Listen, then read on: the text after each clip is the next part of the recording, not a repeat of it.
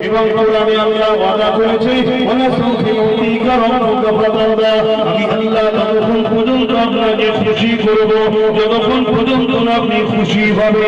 এই হাদিস আয়াতের তাফসীর মুফাসসিরিনরা এবং হযরত আবু হুরায়রা রাদিয়াল্লাহু তাআলা আনহু বলতে নিয়েছে, আমার নবী তিনার উম্মতদেরকে এত ভালোবাসে, এই আয়াত থেকে আমরা জেনে যেতে পারি যে আমার নবীর একটাও উম্মত যতক্ষণ পর্যন্ত বাকি থাকবে নবী আমার ততক্ষণ খুশি হবে না। এর মানে আমার নবী প্রত্যেকটা ঈমানদার নরনারী উম্মতি জান্নাতি হবে।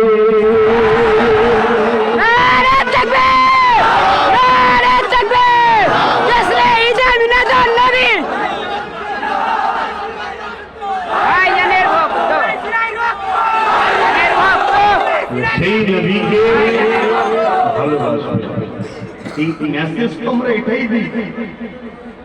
আমি তো আপনাদেরকে ধরে ধরে আমার গোলাম বানাচ্ছি না, আজ আমার গোলামি করছি। নাউযুবিল্লাহ, আমাদের কাজ आप लोगों को पकड़ पकड़ के आमीना की लाल गुलाम बनाने की कोशिश कर रहे हैं। बोलिए सुभान अल्लाह। কেন যারা আমিনা লালের গোলাম হবে, আমিনা লাল তাদেরকে আল্লাহর দাসত্ব করার শিক্ষা দেবে। জোরে বলুন আমাদের ঘরে মুহাম্মদ রাসূলের কদমে যেতে হবে। মুহাম্মদ রাসূল আমাদেরকে আল্লাহর প্রকৃত দাসত্ব শিখাবে। যেমন সিদ্দিক আকবর, সিদ্দিক ছিল না, শুধু আবু বকর ছিল। আমার দাদু হয় বংশে, তিনার খুন আমার শরীরে আছে। আমি খানদানে রাসূলুল্লাহর কিন্তু রক্তে সিদ্দিক আকবরের। তিনি তো আবু সিদ্দিক ছিল না, হযরত ছিল না। আমার নবীর কদমে গেছে, নবীর ইশারায় চলেছে, নবীর গোলামি করেছে, রাসূল তিনাকে সিদ্দিক আকবর বানিয়ে দিয়েছে। হযরত উমর, হযরত ছিল না, ফারুক ছিল না, सिर्फ उमर थे। आका के कदमों में आए, आका ने फारूक आजम बना दिए हैं। बोलिए सुभान अल्लाह। আসুন আমার নবীর কদমে আসুন, নবীকে প্যার করুন, নবীকে ভালোবাসুন, নবীকে মহব্বত করুন। নবীর মহব্বত যেখানে পাবে সেখানে জুড়ে জুড়ে গিয়ে বসবেন। সেটা আব্বাস সিদ্দিকী হোক, হযরত হোক, যেই হোক, যেখানে দেখবেন নবী দিচ্ছে নবী সেখানে থাকবেন। আর যেখানে নবী নেই, নবী দেয় না, নবী শিখাই না, নবী বুঝাই না, সেখান থেকে দূরে থাকবেন। কেননা আমরা কোরআনে পড়েছি, ইন্নাল্লাহা ওয়া মালাইকাতাহু ইউসাল্লুনা আলান নবী। बेशक अल्लाह और फरिश्ते दुरूद भेजते हैं आका पर।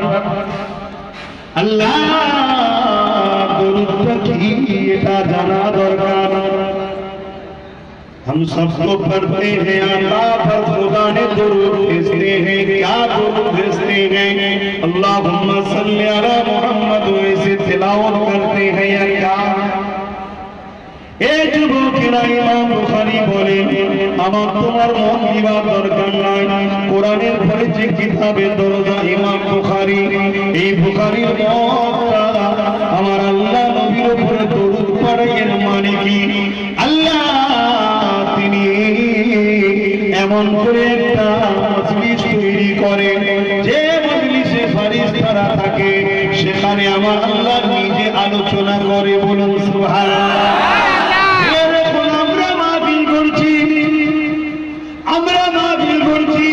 আমি আল্লাহর দাস নবীর গোলাম আলোচনা করছি, আপনারা শুনছেন। আর ওই মজলিস আল্লাহর ফেরেশতারা শুনে, ওই মজলিসে আমার আল্লাহ নবী শান মর্যাদার আলোচনা করে। এই শান মর্যাদার আলোচনা, এই আলোচনা বাড়াতেই থাকে, বাড়াতেই থাকে।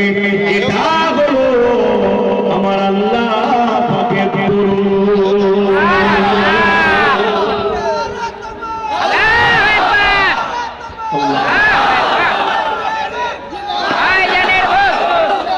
নবীর উপরে আল্লাহ যে দরুদ পাঠায় কি করে?